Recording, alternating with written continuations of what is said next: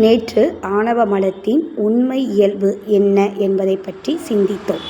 இன்று ஆணவ மலம் ஆன்மாவை விட்டு நீங்குதல் எவ்வாறு, அதாவது ஆணவமும் வியாபக பொருள், அப்போ ஏன் அது ஆணவ மலத்தை விட்டு ஆணவ மலமானது ஆன்மாவை விட்டு எப்படி நீங்கும் அப்படிங்கிறது கேள்வி.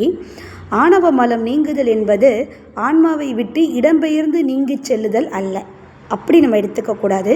அதனோட சக்தி கொஞ்சம் கொஞ்சமாக குறைகிறது, கெடுதல். ஓகேவா? சக்தி கெடுதல் என்றால் என்ன? சக்தி அறவே இல்லாதது கிடையாது. சக்தி என்பது என்னது? ஒரு பொருளின் குணம். ஆதலால் ஆணவத்தின் குணமாகிய சக்தி அழியுமாயின் ஆணவமாகிய பொருளும் என்ன செய்துவிடும்? அழிந்துவிடும் என்று கொள்ள வேண்டும். ஆனால் ஆணவம் என்றும் உள்ள நித்த பொருள். அதனால் ஆணவத்திற்கு அழிவு கூறுதல் என்ன செய்யாது? பொருந்தாது. அப்போ சக்தி கெடுதல் என்பதற்கு செயலிழந்து நிற்றல் என்பதுதான் பொருள்.